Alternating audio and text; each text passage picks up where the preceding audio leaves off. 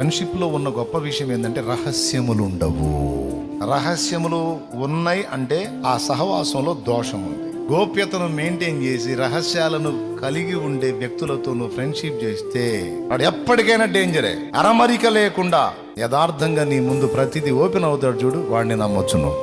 ఎందుకంటే ఆ రహస్యం బట్టబయలు చేశాడు యేసయ్య. ఫ్రెండ్ అని ఎవరిని నువ్వు రిసీవ్ చేసుకోవాలి 100% అంటే వాడు నీ దగ్గర ఏది దాచాడు, వాడిని నువ్వు ప్రాణహితుడిగా నమ్మొచ్చు. ఎందుకంటే యేసయ్య బయలుపరిచాడు, స్నేహితుడికి మధ్య దాపరికాలు లేవు, నేను అన్ని మీకు తెలియజేశాను గనక మీరు నా ఫ్రెండ్స్, నేను నీ స్నేహితుడిని. దేవునికి మహిమ. స్నేహానికి నిర్వచనం ఇక్కడ చెప్పాడు అన్నమాట, దాపరికాలు లేని ప్రేమ, దాపరికాలు లేని అనుబంధం. ఆస్తులున్న వేళలో హక్కున చేరారు, ఆపద సమయాలలో అంతులేకపోయారు, జంటగా నిలిచితివే నా ప్రాణమా, కన్నీరు తుడిచితివే నా స్నేహమా, కన్నీరు తుడిచితివే నా స్నేహమా, కన్నీరు తుడిచితివే.